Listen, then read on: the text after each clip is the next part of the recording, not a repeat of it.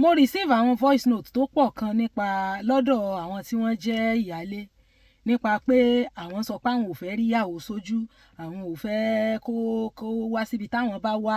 Though most àwọn voice note yẹn èpè náà máa ń ṣẹ́ ń bẹ̀, àwọn èpè ragidi míì tiẹ̀ ní gbọ́.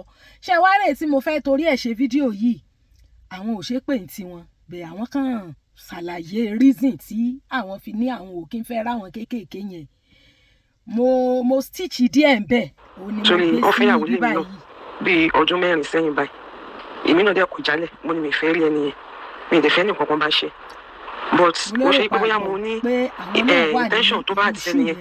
n tán wá sọ voice note yìí gùn ó tó 12 minutes nǹkan tán sọ síbẹ̀ fún mi ni pé reason táwọn fi ní àwọn ò fẹ́ rí yìí ni wípé ní number one nǹkan tọkọ àwọn ṣe fáwọn bó ṣe dùn àwọn àti wípé ilé tí ó ń bọ̀ wá sí yìí ilé yẹn ìgbà táwọn kọ́ àwọn ní bí 60% contribution bẹ́ẹ̀ ìgbà táwọn kọ́lé yẹn tán kò sómi àwọn làwọn gba loan tán fi gbẹ́ borehole àwọn làwọn ṣe fence àwọn làwọn ṣe gate.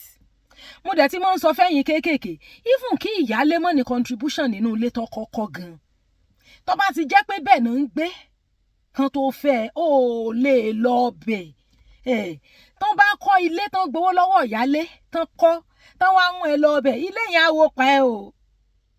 Then wọ́n ní àwọn fẹ́ maintain sanity àwọn ò lè kò sí báwọn ṣe máa rí tínú àwọn máa dùn. Then ìwọ tó jẹ́ ìyàwó kékeré tí ìyálé láwọn ò fẹ́ rí ẹ àwọn ò tiẹ̀ fẹ́ dá ẹ mọ̀ àwọn ò fẹ́ either by picture or by real life. I think it's good for you. Kò ní sí confrontation kò ní sí pé ó jẹsẹ̀ mọ́lẹ̀ ó mọ́ mi lójú ó rí mi fín kò ní sí yẹn bẹ́ẹ̀. Don't you think it's better for you?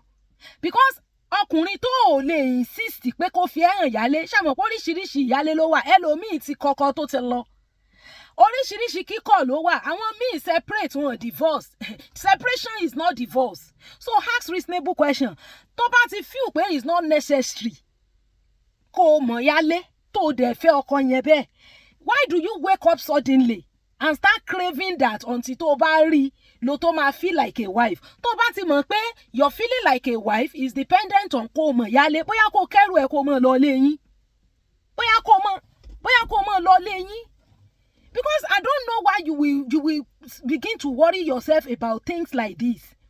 Now mọ́mì yẹn tí mo stitch díẹ̀ nù voice yẹn gùn o wọ́n ní àwọn sọ fún un pé sísì tó jẹ́ pé ibi tó fẹ́ sí jìnnà sọ́dún àwọn kó mọ sọdún kékeré lọ́dún ẹ̀ which is ìtúnú àwẹ̀ kó wá mọ ṣe léyà nílé which is ọdún ńlá of course tọ́yìn ìyálé bá ní o má wálé ọkọ ilé family house ọkọ láti sọdún òun ò fẹ́ rí ẹ dúró sí lọ́dọ̀ àwọn family member tiẹ̀ ṣé lẹ́yìn tó lọ́kọ tán ṣé o ò ní family mọ́ ṣé gbogbo family ẹ ti tirafu tán ni lọ sọdún nílé tẹ̀yìn ìfá èmi mọ̀yàn kan tó jẹ́ wípé àwọn eléyìí kò tiẹ̀ sí pé orogún ọ̀nà orogún gan òun àtọkọ ẹnìkan ni you know ilé fámìlì ìkan lára àwọn ẹbí ìyàwó náà ti ń sọdún látọdún tán ti fẹ́ra wọn wọ́n kó àwọn ọmọ wọn wálé wá sọdún lọ́dọ̀ family member ìyàwó ni why are we making things look as if it is not achievable ṣé dandan ni ká ẹ lọ ilé ọdún lọ sọdún ni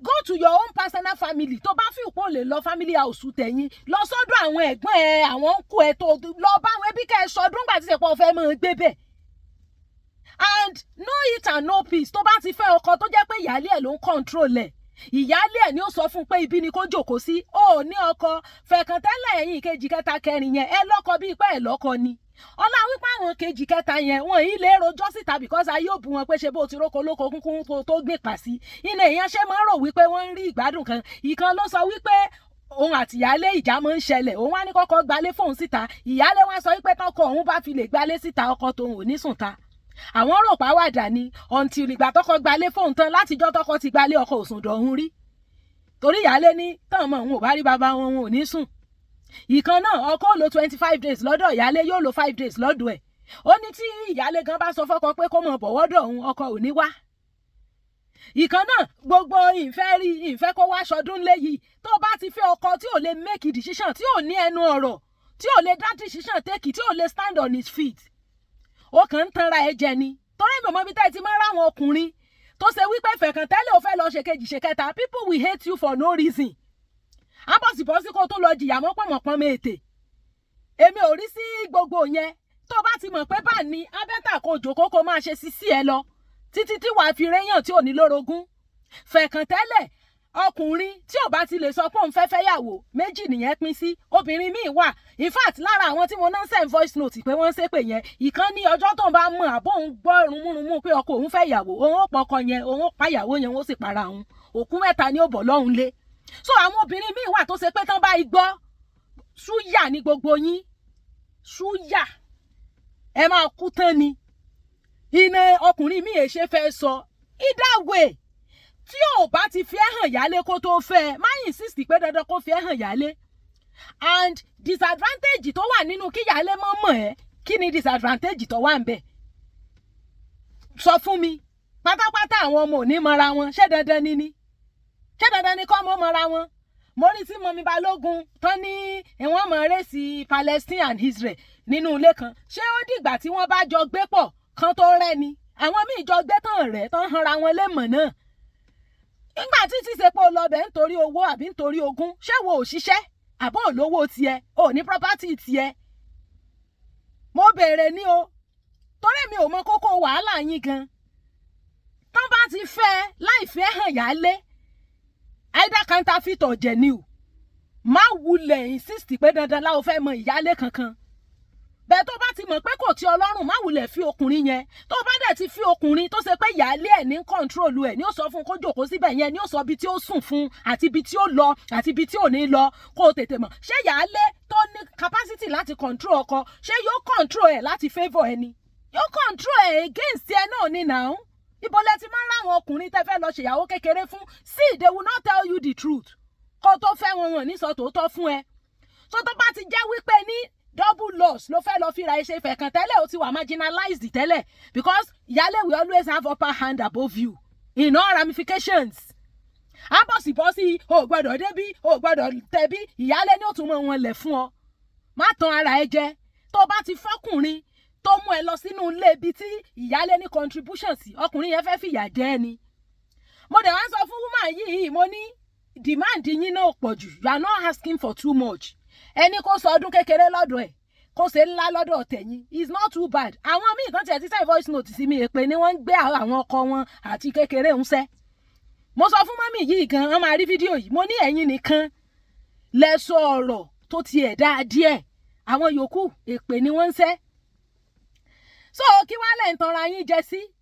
Tó bá dẹ̀ ti fíù pé inú ẹ̀ ò dùn tó ràn fi ẹ̀ hàn yálé, bóyá kó fọkọ yẹn lẹ̀ kó mọ bá tiẹ̀ lọ.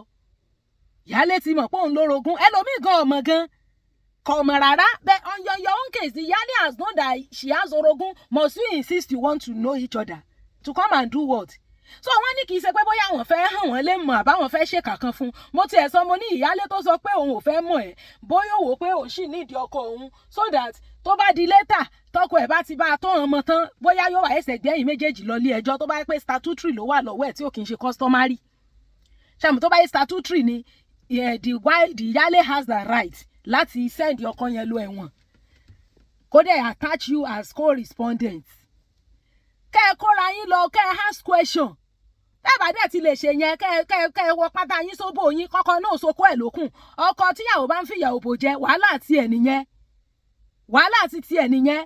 Ọkọ tó níyàwó tíyàwó yẹn ò sojúṣe ìyàwó fún, that's his own personal problem. Tó bá ti mọ̀ pé mi ẹ ò gbé láǹṣẹ́ ìyàwó ẹlẹ́ẹ̀kejì àbí kẹta àbí kẹrin, ẹ má lọ ṣe ìyàwó kejì fọkùnrin tí ò lẹ́nu ọ̀rọ̀, tẹnu ẹ̀ ò tọ́rọ̀, tó ṣe pé ìyálé ní pàṣẹ fún, ìyálé ní bọ̀, ọ máa regret ìbẹ́gbẹ̀yìn ni o.